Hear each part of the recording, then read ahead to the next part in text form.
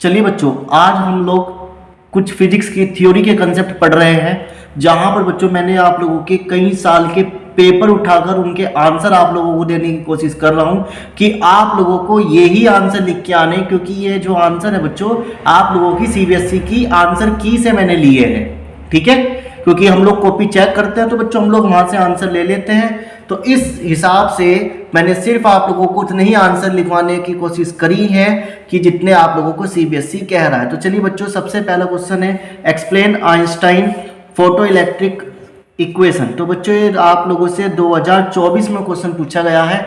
तो सिर्फ आपको क्या लिखना है, आइंस्टाइन फोटो इलेक्ट्रिक इक्वेशन को बताना है। तो बच्चों आपको पता है the photo electric effect using the quantum theory. ठीक है, तो जो फोटो इलेक्ट्रिक इफेक्ट है वो किसका इस्तेमाल कर रही है, क्वांटम थ्योरी का इस्तेमाल कर रही है। He propose that the light consist of photon. ठीक है, ये किसको प्रपोज कर रही है कि जो लाइट है वो किसी एक फोटोन से फोटोन को कंसिस्ट कर रही है।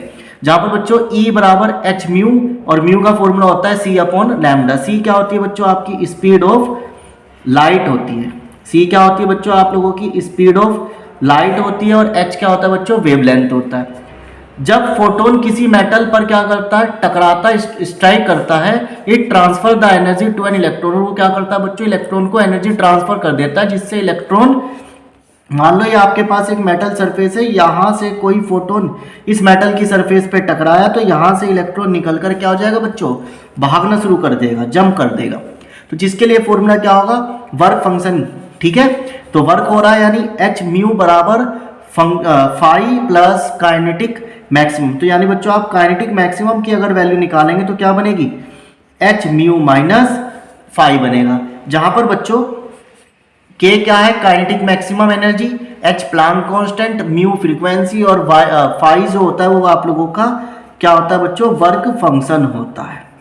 ठीक है, तो ये आप लोगों को इस क्वेश्चन के अंदर क्या करना था, यहां पर एक्सप्लेन करना था। सिर्फ इतनी बातें लिखनी थी कि जब कोई फोटोन किसी मेटल की सरफेस पर पड़ता है तो बच्चों इलेक्ट्रॉन की एनर्जी को ट्रांसफर कर, इलेक्ट्रॉन को एनर्जी देता है, जिससे इलेक्ट्रॉन बाहर निकल जाता है। ये इक्वेशन यहाँ पर क्या हो जाती है, क्रिएट हो जाती है।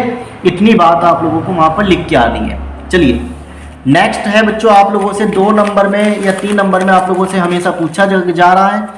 सारे क्वेश्चन मैंने यहाँ पे लिख लिए। आपसे क्या कहा गया है, right the wave length, range and one uses. आपको वेवलेंथ बतानी है, रेंज बताने हैं और एक इस्तेमाल बताने हैं। किसके, ज्यादातर बच्चों आप लोगों से माइक्रोवेव और यूवी वेव पूछे जाते हैं, फिर भी हम लोगों ने सारे लिखे। माइक्रोवेव की जो वेवलेंथ होती है बच्चों 0.1 मीटर से 0.1 मिलीमीटर होती है। ठीक है, इसकी जो रेंज होती है 10 की पावर 9 से 10 की पावर 11 होती है, जिसका इस्तेमाल बच्चों रडार कम्युनिकेशन के लिए किया जाता है।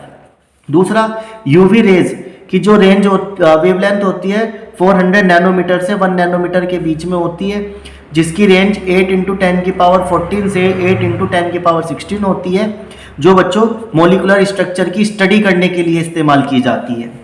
फिर आती है एक्सरे, 1 नैनोमीटर से 10 की पावर माइनस नैनोमीटर तक की इसकी वेवलेंथ होती है, ये याद करनी है।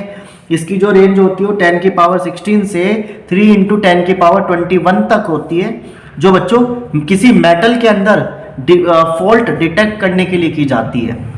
गामा रेज आप लोगों की लेस देन 10 की पावर माइनस के 3 नैनोमीटर से छोटी होती है, जिसकी रेंज 5 × 10 की पावर 18 से 5 × 10 की पावर 22 होती है। गामा रेज बच्चों कैंसर ट्रीटमेंट या ट्यूमर ट्रीटमेंट के लिए की जाती है। इंफ्रारेड 1 मिलीमीटर से 700 नैनोमीटर के बीच में होती है, जिसकी रेंज 3 × 10 की पावर 11 से 4 × 10 की पावर 14 के बीच में होती है। ये बच्चों आप लोगों के जो टीवी के रिमोट होते हैं, जो वीसीआर में लाइट जलती है उसको कंट्रोल करने के लिए की जाती है। ठीक है, तो आई हो बच्चों 2 क्वेश्चन जरूर आप लोगों को क्लियर हो गए हो। चलिए नेक्स्ट देखते हैं बच्चों, right any 2 points of difference between the diamagnetic and paramagnetic substance. 2 point बच्चों आप लोगों को लिखने हैं, यही पॉइंट लिखेंगे, आप लोग लंबी कहानी नहीं लिखेंगे। ठीक है, तो डायमैग्नेटिक क्या होते हैं बच्चों, जो मैग्नेट को रिपेल करते हैं क्योंकि ये फुलफिल्ड होते हैं। पैरामैग्नेटिक क्या करते हैं, वीकली अट्रैक्ट करते हैं मैग्नेट को। इसमें इनसाइड जो मैग्नेटिक फील्ड इनसाइड होता है मटेरियल का वो रिड्यूस हो जाता है। इसमें magnetic field inside strictly unchange, यानी ये क्या हो जाता है, बढ़ जाता है। दूसरा बच्चों आप लोग इसका डायग्राम ऐसे भी बना सकते हैं, मैंने आप लोगों को पहले भी डायग्राम बनवाए हैं, तो वो डायग्राम आप लोग वहाँ से पढ़ सकते हैं। तो ये इस तरीके से बच्चों इसकी क्या होती है, मैग्नेटिक फील्ड लाइंस रिपेल हो जाती हैं, और बच्चों इसके अंदर मैग्नेटिक फील्ड लाइंस क्या हो जाती हैं आप लोगों की, इनसाइड में चली जाती है, यानी अंदर से होकर बाहर जाती है, ये अट्रैक्ट करता है। ठीक है, तो आप लोग 3 पॉइंट आप बना सकते हैं, या तो एक पॉइंट लिख लो और ये डायग्राम बना दो, जब भी आपको नंबर मिल जाएंगे, या दोनों पॉइंट लिख दो जब भी नंबर मिल जाएंगे। ठीक है, अगला आता है बच्चों difference between the diffraction and interference pattern. Very important है, 2023 के पेपर में आप लोगों से पूछा गया है। इंटरफेरेंस बच्चों क्या होता है, जो डार्क फ्रिंज होती है वो हमेशा जीरो इंटेंसिटी होती है, यानी इसमें कोई भी डार्क फ्रिंज नहीं बनती। इसमें क्या होती है बच्चों, डार्क फ्रिंज बनती है, एक डार्क बनेगी, एक ब्राइट बनेगी, एक डार्क बनेगी, एक ब्राइट बनेगी। इसमें क्या होता है, all the maxima are the same intensity, सारी फ्रिंज क्या होती है, हमेशा सेम इंटेंसिटी की होती है और मैक्सिमा होती है। इसमें बच्चों शार्पली डिक्रीज होने लगती है, फिर बढ़ने लगती है, और जो सेंटर पर फ्रिंज बनती है, इंटेंसिटी बनती है, वो मैक्सिमा होती है। यानी इसका अगर आप डायग्राम बनाएंगे बच्चों, तो डायग्राम आप लोग कैसे बनाएंगे, सेंटर पर इंटेंसिटी ज़्यादा होगी, और फिर धीरे धीरे दूर जाते जाते आप लोगों की इंटेंसिटी क्या होने लगेगी बच्चों, कम होने लगेगी। तो ये ग्राफ आप लोग इस तरीके से बनाएंगे, और इसमें क्या होगा बच्चों, इसमें इंटेंसिटी हर बार क्या रहेगी, सेम रहेगी, कोई भी इंटेंसिटी में चेंज नहीं होगा। ठीक है, तो 2 पॉइंट आप लोगों को लिख के आने हैं, या तो ये 2 थ्योरी के लिखो, या एक डायग्राम और एक थ्योरी आप लिख सकते हैं। चलिए अगला बच्चों आप लोगों से क्वेश्चन पूछा गया है, आप लोग इसका आंसर मैं लिख के दे रहा हूं, आप लोग इसका आंसर हमेशा उल्टा लिखेंगे, गलत लिखेंगे, लैंग्वेज भर देंगे, 2 पेज भर देंगे, ऐसा नहीं करना। ठीक है, तो 2 पेज में इसका आंसर नहीं लिखना, सिर्फ आपको जितना मैं लिखा रहा हूं उतना ही आंसर आप लोगों को लिख के आना है। Explain the property of an PN junction which make it suitable for the rectifying alternating voltage। आपको बताना है किस प्रॉपर्टी पर पीएन जंक्शन काम करता है। तो पीएन जंक्शन बच्चों हमेशा फॉरवर्ड बायस पर काम करता है। ये अगर आपने मेन लाइन लिख दी, सारा नंबर आपको मिल गया। ठीक है, अब आपसे पूछा गया difference between the half wave and full wave. तो बच्चों हाफ वेव में जो आउटपुट होता है वो हमेशा हाफ साइकिल बनाता है, और फुल वेव में जो आउटपुट होता है बच्चों वो हमेशा फुल कंप्लीट साइकिल बनाता है। यानी अगर मैं इसका ग्राफ आपको बना के दिखाऊं, तो ये एक बार हाफ, फिर बीच में खाली रह जाएगा, फिर हाफ, फिर खाली हो जाएगा, फिर हाफ। और जो फुल वेव में होता है बच्चों इसका डायग्राम वो कंप्लीटली क्या रहता है, हाफ होता है। ठीक है, तो हाफ पूरे रहेंगे, यहाँ पर एक बीच में क्या हो जाएगा, कंप्लीट, इनकम्प्लीट हो जाएगा। तो half wave rectifier give output only for the half of the input cycle, यानी जितना आप लोगों ने इनपुट साइकिल दी थी उसका हमेशा हाफ बनाएगा, और फुल वेव में जितना इनपुट साइकिल दी थी उसका आप लोगों का पूरा आउटपुट वो दे देगा। तो बच्चों मैं 100% कह रहा हूँ, ये 2023 और 2022 में क्वेश्चन पूछा गया है, आप लोग इसका आंसर हमेशा गलत करके आते हैं। जब भी पीएन जंक्शन की प्रॉपर्टी की एक्सप्लेन की बात चलेगी, आप लोग फॉरवर्ड बायस के ऊपर बताएंगे कि ये फॉरवर्ड बायस काम करता है। इतनी बात आपको लिखनी है, इसके फालतू आप लोगों ने नहीं लिखना। ठीक है, चलिए नेक्स्ट क्वेश्चन बच्चों आप लोगों से 2025 में पूछा गया है, what do you mean by the displacement current. Displacement current क्या होता है, and explain how this current is different from the conducting current, और ये कैसे डिफर होता है। आप लोग इसमें कहानी अनसर्ट लिख देते हैं, जब हम लोग कॉपी चेक करते हैं तो कहानी अनसर्ट मिलती है, ऐसा नहीं करना। तो सिर्फ मेन पॉइंट लिखेंगे, वही आप लोगों के आंसर। तो सबसे पहले डिस्प्लेसमेंट करंट क्या होता है, it is the current that arise due to the rate change of electric flux. एक ऐसा करंट जो बच्चों क्या कर रहा है, आप लोगों के इलेक्ट्रिक फ्लक्स के अंदर चेंज कर रहा है टाइम के अनुसार। ठीक है, तो जिसका तो करंट क्या हो रहा है, धीरे धीरे बढ़ रहा है, और इसमें इलेक्ट्रिक फ्लक्स क्या हो रहा है बच्चों, टाइम के अनुसार चेंज हो रहा है। या तो आप लोग ये लिख दें, या फिर आप लोग डायरेक्ट इसका फॉर्मूला लिख दें।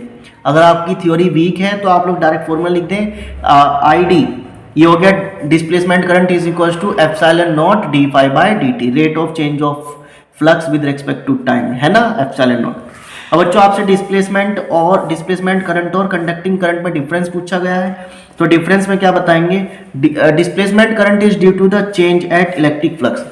जो डिस्प्लेसमेंट करंट होता है बच्चों वो इलेक्ट्रिक फ्लक्स को चेंज करता है, और जो कंडक्टिंग करंट होता है वो सिर्फ इलेक्ट्रॉन को फ्लो कराता है। ठीक है, कंडक्टिंग करंट में बच्चों आप लोगों का जो होता है इलेक्ट्रॉन फ्लो करते हैं, डिस्प्लेसमेंट करंट में बच्चों आप लोगों का इलेक्ट्रिक फ्लक्स चेंज होता है। ठीक है, चलिए ये वाला क्वेश्चन भी बच्चों आप लोग हमेशा गलत लिखते हैं, क्योंकि हम लोग, मैं फिर से कहूँगा, कॉपी हम लोग चेक करते हैं तो गलत मिलता है। तो आप लोगों को ये लिखना है कि explain the process of the formation of depletion layer and the potential barrier in a PN junction region to a diode. आपको बताना है कि किस तरीके से डिप्लीशन लेयर बनती है और किस तरीके से पोटेंशियल बैरियर बनता है। तो इसकी आप लोग डेफिनेशन लिख देंगे।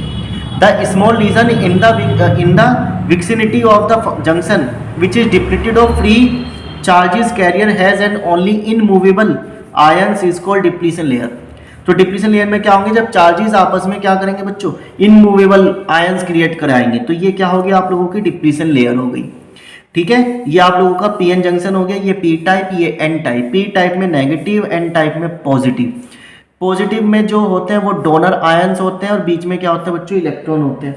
पी टाइप में बच्चों बीच में होल्स होते हैं और नेगेटिव को क्या कहते हैं, एक्सेप्टर आयंस कहते हैं। जब ये हम लोग इनको एनर्जी प्रोवाइड करते हैं तो ये इधर जाते हैं, ये इधर जाते हैं, तो इनके कारण बच्चों एक क्या हो जाता है, डिप्लीशन लेयर क्रिएट होती है। उसी चीज को हम लोग क्या कहते हैं, डिप्लीशन रीजन कहते हैं।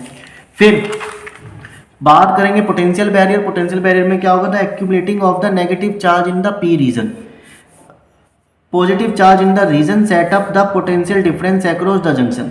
तो बच्चों क्या होगा, जब नेगेटिव चार्ज क्या करेंगे, एक्यूमुलेट करने लगेंगे किधर की ओर, पॉजिटिव की ओर, और पॉजिटिव किधर की ओर मूव करने लगेंगे, नेगेटिव की ओर। तो उनके द्वारा एक जंक्शन क्रिएट होता है। उसी जंक्शन को हम लोग क्या कहते हैं बच्चों, यहाँ पर बैरियर पोटेंशियल कहते हैं, क्योंकि यहाँ पर उन चार्जेस को इधर से इधर और इधर से इधर जाने में क्या किया जा रहा है, थोड़ा सा रोका जा रहा है। तो वही चीज़ आपकी क्या कहलाती है, पोटेंशियल बैरियर कहलाती है। नेक्स्ट, आप लोगों से पास ये क्वेश्चन आप लोगों से पूछा गया है 2023 और 2024 में। ठीक है, तो क्या पूछा गया है, with the help of the label diagram. आपको डायग्राम बनाना है, explain the purpose of the using. अच्छा, डायग्राम किसका बनाने लिखना भूल गया, इसमें आप लोगों को गैल्वेनोमीटर का डायग्राम बताना है। ठीक है, और आप लोगों को बताना है क्या पर्पस है रेडियल मैग्नेटिक फील्ड का और सॉफ्ट आयरन कोर का। तो बच्चों जो रेडियल मैग्नेटिक फील्ड होती है वो हमेशा प्लेन के परपेंडिकुलर होती है। ठीक है, and to the magnetic field provide a constant torque. और क्या प्रोवाइड कराती है बच्चों, कांस्टेंट टॉर्क प्रोवाइड कराती है, जो उसको क्या करती है, लगातार रोटेट करने में मदद करती है। जहां पर जो टॉर्क होता है वो डायरेक्टली प्रोपोर्शनल होता है बच्चों करंट के।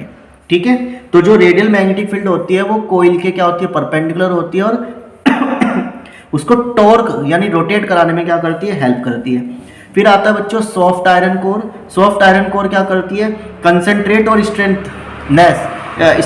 ऑफ द मैग्नेटिक फील्ड, यानी मैग्नेटिक फील्ड की ताकत को बढ़ाती है। मेक द फील्ड रेडियल और रेडियली फील्ड जनरेट करती है, और इंक्रीज द सेंसिटिविटी, और इंक्रीज सेंसिटिविटी को इंक्रीज करती है, और गैल्वेनोमीटर के अंदर यूनिफॉर्मिलिटी को क्या करती है, क्रिएट मतलब बनाए रखती है।